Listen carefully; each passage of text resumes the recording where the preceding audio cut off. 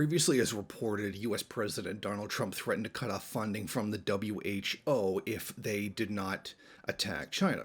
Now, he claims that they've given China unfair treatment, unfair support, claiming that it was China that's responsible for the global outbreak of the COVID-19 pandemic. Unfortunately for the current U.S. president, the facts do not fit that assumption. Now, he has proceeded to blame the WHO in order to cover up his own failures as a president. He claims that if the World Health Organization had been faster at identifying the pandemic, then the United States would not be in the position that it is, and thus by proxy the rest of the world. However, the problem is that while the WHO was a bit slow by perhaps a week, this does not excuse the months of being unprepared by the United States. This, of course, does not excuse the actions of the Trump administration cutting emergency services, especially things linked to national emergencies before this outbreak began. This also does not excuse his actions in claiming that he could reopen the country sooner than would be even reasonable on any level. This also does not excuse his original statement in claiming that COVID-19 as an emergency didn't even exist and something that was fabricated by the Democrats, a claim that he now denies ever having made, even though there were literally millions of videos of him saying it available throughout the world, not just on YouTube, but in various news organizations as well. So in all of this, Donald Trump has claimed that he is going to carry out an investigation to see if the WHO has been too favorable to China, or that if the WHO has not done their job as their mission statement suggests. Had the WHO done its job to get medical experts into China to objectively assess the situation on the ground and to call out China's lack of transparency, the outbreak would have been contained at its source with very little death. Essentially, what we're looking at right now is the president of a country, one as powerful and as an imperialist superpower, as the United States is threatening an international organization that is attempting to deal with a very serious viral outbreak, threatening them by cutting their funding, thus placing the lives of, frankly, billions of people at risk. And that's exactly what has happened here.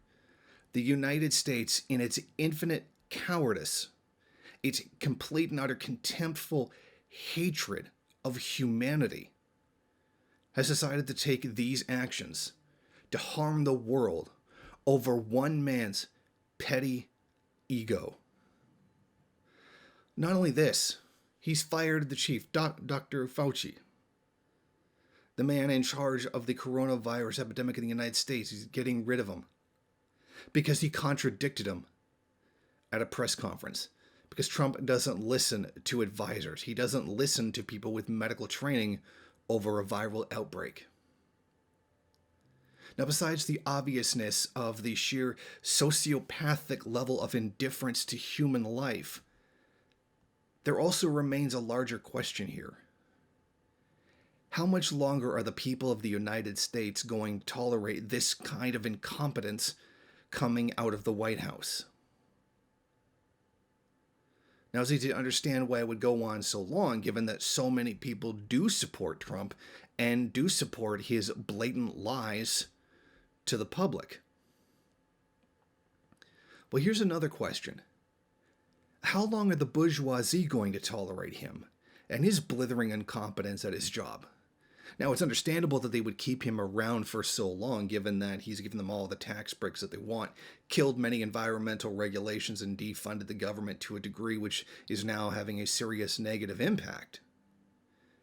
But at what point does Trump become such a danger to the country, become such a danger to the world with his incompetent leadership skills, including the assassination of Iranian General Soleimani, that they just decide to get rid of him? He's obviously a danger to himself. He's a danger to the country. He's a danger to the world. He's a danger to humanity, to the point where it's actually having a negative effect on capital. He's endangering the entire U.S. economic system with his incompetence. And yet the bourgeoisie seem not yet quite willing to step up and do something about it. It never ceases to amaze me the number of US presidents that have been removed simply so that the capitalist system could make more money. You can ask a lot of questions about the assassination of JFK, the removal of Andrew Jackson, etc.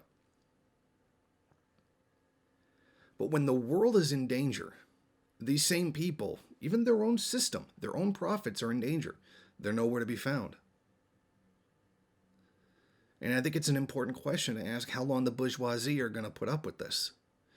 How long are the American people going to stand there and take this? Frankly, the United States response to the COVID-19 outbreak has been outright illegal.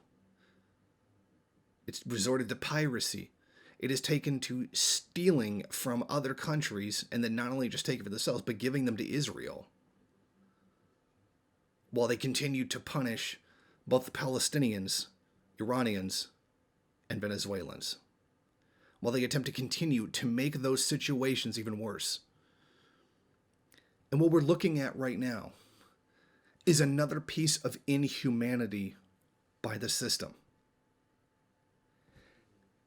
International companies, which were selling ventilators to Cuba in order to deal with their own COVID-19. But apparently it's a prison state where nobody can come in and out. But somehow they managed to catch the COVID-19, right?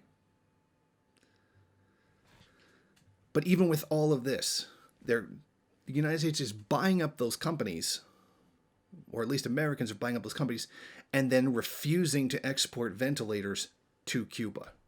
They are literally cutting them off from life-saving technology. Essentially the same as they're doing to Palestinians. If this isn't the very definition of a crime against humanity, then there is no definition of what a crime against humanity is. And yet the international community is only able to angrily rally at it. Those who bother to even care about it. Only those who actually care about it are in such marginalized positions that there's not much that they can really do.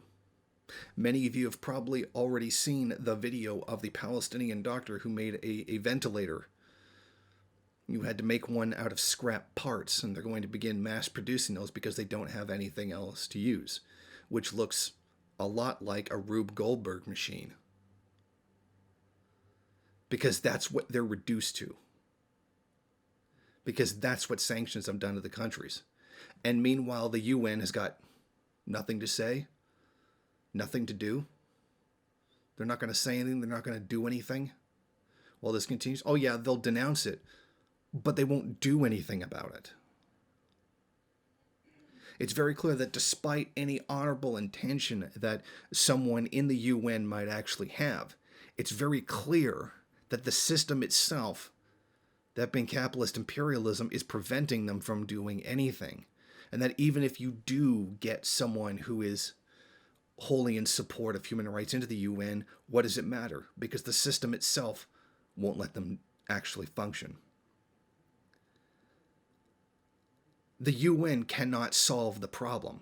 And that was the original intention of the UN, to have some kind of international body to oversee the contradictions between various imperialist powers. But what exactly has been solved? What exactly has the UN ever accomplished in performing that actual function? Nothing.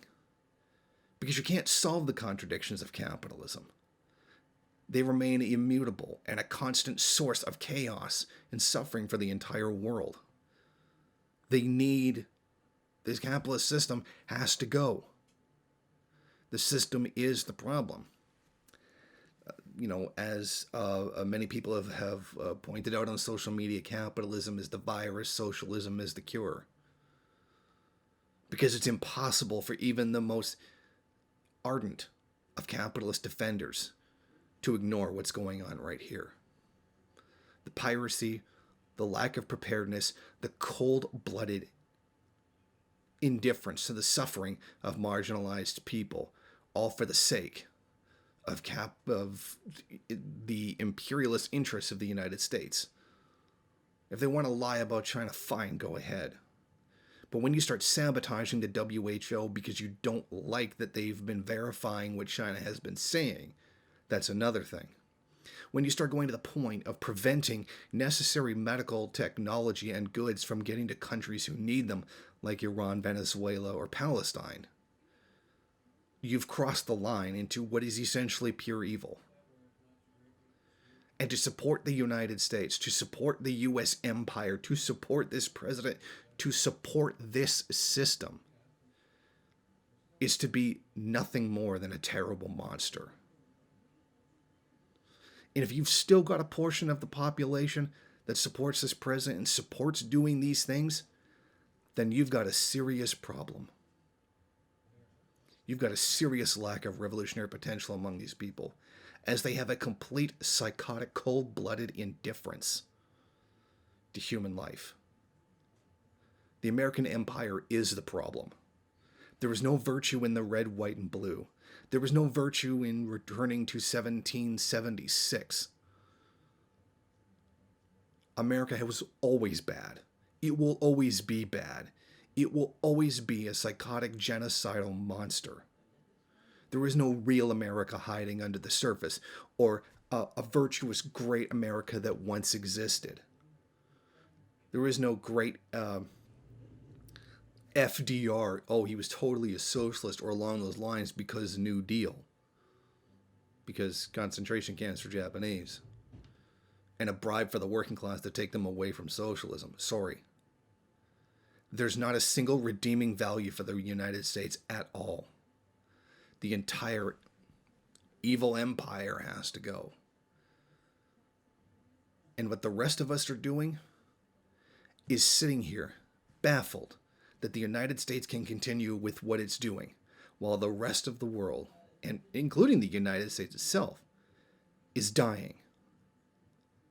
But meanwhile, you've got a huge section of the population that not only support not doing anything about it, you've got another portion of the population that denies that it's even happening. Conspiratorial nonsense, a trademark of American anti-intellectualism, is claiming that there's no problem here. It's just the 5G technology because that has something to do with viruses for some reason. Then setting 5G towers on fire and then claiming, oh, look, they burst into flames because the technology is dangerous, while they themselves are setting the fires. I could go on about this. The point is, something has to be done about this. And as it stands right now, the biggest obstacle to dealing with this viral outbreak is the United States. Thank you for watching. If you like this program, then please head over to my Patreon page and set up a monthly donation. It's your donations that keep this program running. Also, if you would like, please rate, comment, subscribe, and share in various social media.